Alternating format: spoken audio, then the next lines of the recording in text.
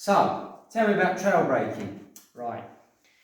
Trail braking is when you basically hit the brakes at the end of a straight, and then instead of just releasing the brake like that as you turn into a corner, you actually hold on to the brake and trail the brake off as you go into the corner. So you still hold on a bit of braking force there.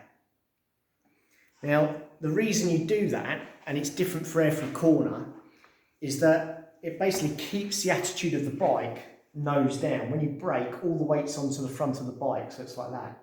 If you release that front brake, the bike hops back up, and that's not going to help you turn into a corner. You want all the weight on the front for braking, stability, and to turn the bike in, especially on a supermoto.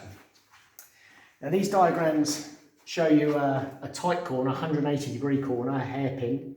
The blue denotes the heavy braking zone, so this is where you've hit the brake and the bike's like that on its nose. The green zone then is you trail braking into the corner, right deep into the corner to the apex, before you then release and then drive back out on the yellow.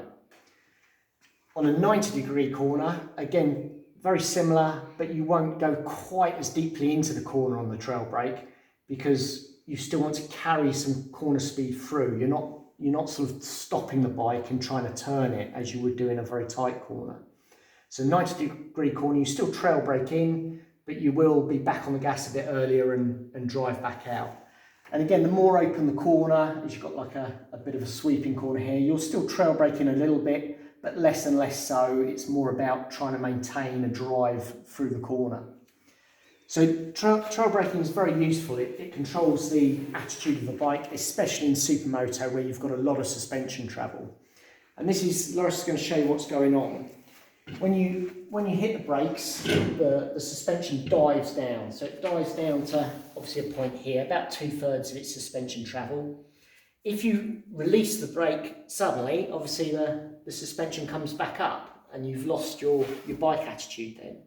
But if you just hold on to that brake, again, let it off a little bit, but don't release, it will stay down there. It might come up a little bit, but it'll still stay down there. And that's what you're trying to achieve, because that, in effect, is keeping the weight on the front. The geometry of the bike is good.